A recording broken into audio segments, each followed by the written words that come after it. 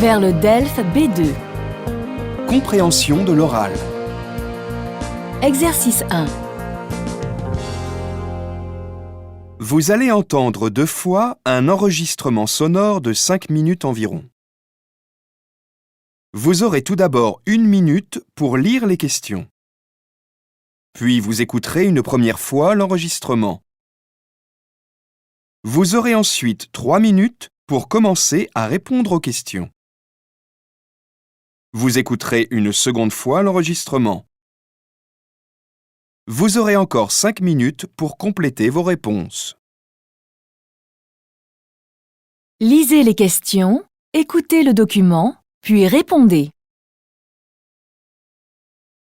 Bonjour et bienvenue dans Babylone. Nous n'allons pas chômer aujourd'hui, il y a du pain sur la planche.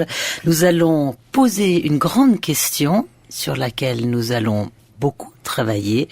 Le travail est-il dangereux pour la santé? Stress, burn-out, souffrance ou encore précarité, chômage ou délocalisation, ce sont les mots que nous utilisons de plus en plus souvent pour parler du travail.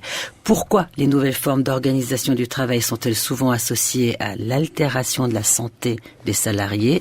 Le travail est-il devenu dangereux pour nous? Miruna Koka-Kozma, vous vous êtes mis au travail justement. Oui, pas encore en burn-out, mais la mondialisation, la course à la productivité ou encore le new management s'impose de plus en plus dans nos entreprises et modifie l'organisation de notre travail, souvent jugée comme malsaine par les professionnels de la santé. Et nous, les employés, dans tout ça, on craque, on se trouve souvent isolé, on est perçu comme des faibles.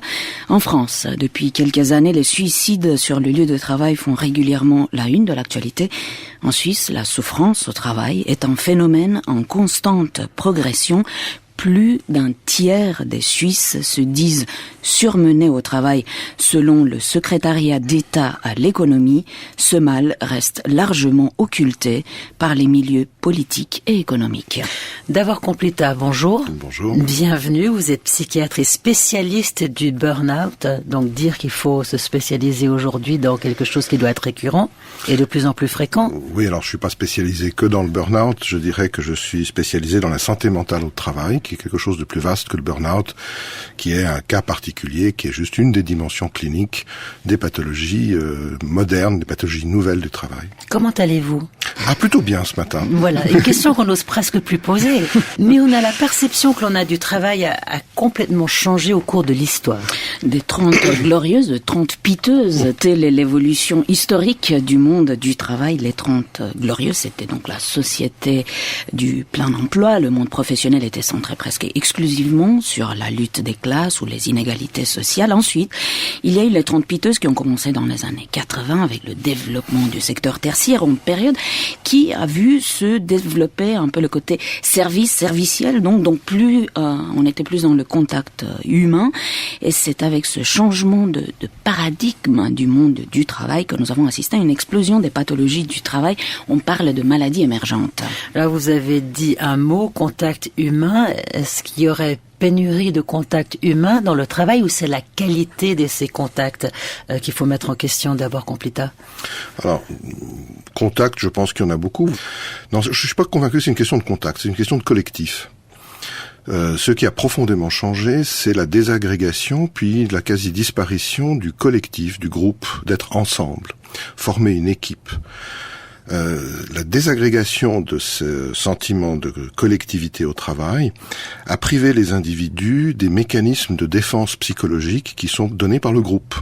C'est-à-dire que de faire partie d'une équipe, de faire partie d'un groupe, ça permet de mobiliser psychologiquement des mécanismes protecteurs. Est-ce que la taille du groupe a une importance? Alors, écoutez, le groupe, ça reste depuis le néolithique quelque chose qui ne dépasse pas les 20 à 30 personnes, n'est-ce pas? Nous sommes formatés par quelques millions d'années où le groupe et la famille et le clan, c'était la même chose. C'est d'ailleurs pour ça que notre sentiment d'appartenance au travail est parfois bien plus fort que notre sentiment d'appartenance à une famille nucléaire, par exemple. Le groupe de travail est notre pourvoyeur de ressources pour survivre, tout simplement. Nous dépendons davantage de notre travail que de notre famille économiquement. Donc, quand le groupe se désagrège et que on n'appartient plus à une communauté, qu'on n'appartient plus à un réseau de solidarité et de protection mutuelle, on se retrouve seul. Et ça, c'est bien le sens de cette individualisation du travail qui a été, entre guillemets, vendue aux travailleurs sous l'aspect responsabilisation et autonomisation. Je pense que ça, c'est un peu l'arnaque du siècle. Je veux dire, responsabilisation, ça veut simplement dire que tu es responsable de ce qui marche pas, a priori et par avance. Donc, responsable, quand on n'a pas l'autorité, me semble déjà un parfait paradoxe. Donc, chacun pour soi, mais chacun pour soi, ça veut surtout dire seul contre tous.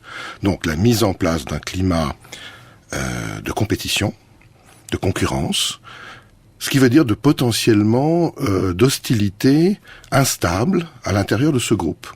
Anthropologiquement, c'est, je pense, ce que l'on peut faire de plus catastrophique. Donc, c'est vraiment mettre en insécurité la personne au milieu d'un groupe qui, à l'origine, dans toute l'histoire de l'humanité, a été pourvoyeur de sécurité. L'humanité s'est développée par le collectif.